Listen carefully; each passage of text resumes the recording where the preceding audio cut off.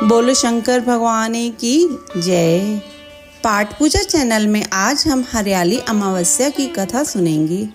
सावन मास की अमावस्या तिथि का विशेष महत्व है और इस दिन भगवान शिव और माता पार्वती के साथ पीपल की पूजा करने का विधान है। मान्यता है कि अमावस्या के दिन पीपल की पूजा करने के बाद कथा सुनने व पढ़ने मात्र से जीवन के सभी संकट दूर हो जाते हैं और जीवन में सुख समृद्धि आती है। एक समय की बात है, राजा महल में अपने परिवार के साथ सुखपूर्वक निवास किया करता था।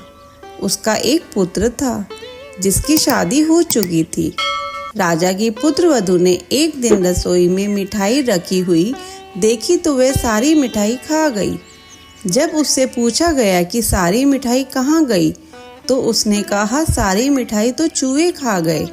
पुत्रवधू की यह बात चूहों ने सुन ली और वे इस गलत आरोप को सुनकर अत्यंत क्रोधित हुए। इसके बाद उन्होंने राजा की बहू को सबक सिखाने का निश्चय कर लिया। कुछ दिनों के बाद महल में कुछ मेहमान आए। चूहों ने सोचा कि यह अच्छा मौका है राजा की पुत्रवधू को सबक सिखाने का। बदला लेने के लिए चूहों ने बहू की साड़ी चुराई और उसे जाकर अतिथि के कमरे में रख दी। जब सुबह सेवकों और अन्य लोगों ने उस साड़ी को वहां पर देखा तो लोग राजा की बहू के चरित्र के बारे में बात करने लगे। यह बात जंगल में आग की तरह पूरे गांव में फैल गई। जब यह बात राजा के कानों तक पहुंची तो उसने अपनी पुत्रवधू के चरित्र पर शक करते हुए उसे महल से निकाल दिया। राजा की बहू महल से निकलकर एक झोपड़ी में रहने लगी और नियमित रूप से पीपल के एक वृक्ष के नीचे दीपक जलाने लगी। इसके साथ ही वह पूजा करके गुड़ धानी का भोग लगाकर लोगों में प्रसाद वितरित करने लगी।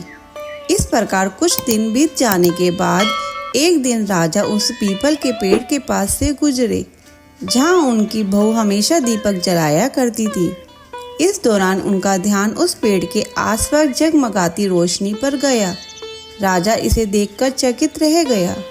महल में वापस आने के बाद उन्होंने अपने सैनिकों से उस रोशनी के रहस्य का पता लगाने के लिए कहा। सैनिक राजा की बात मानकर उस पेड़ के पास चले गए।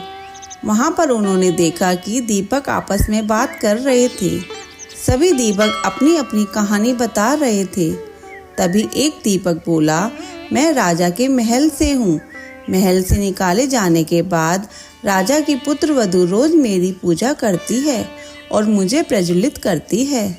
सभी अन्य दीपकों ने उससे पूछा कि राजा की बहू को महल से क्यों निकाला गया, तो उसने बताया कि एक दिन उसने मिठाई खाकर चूहों पर झूठा नाम लगा दिया। इस पर चूहे नाराज हो गए और राजा की बहू से बदला लेने के लिए उसकी साड़ी अतिथि के कमरे में रख आए। यह सब देखकर राजा ने उन्हें महल से निकाल दिया।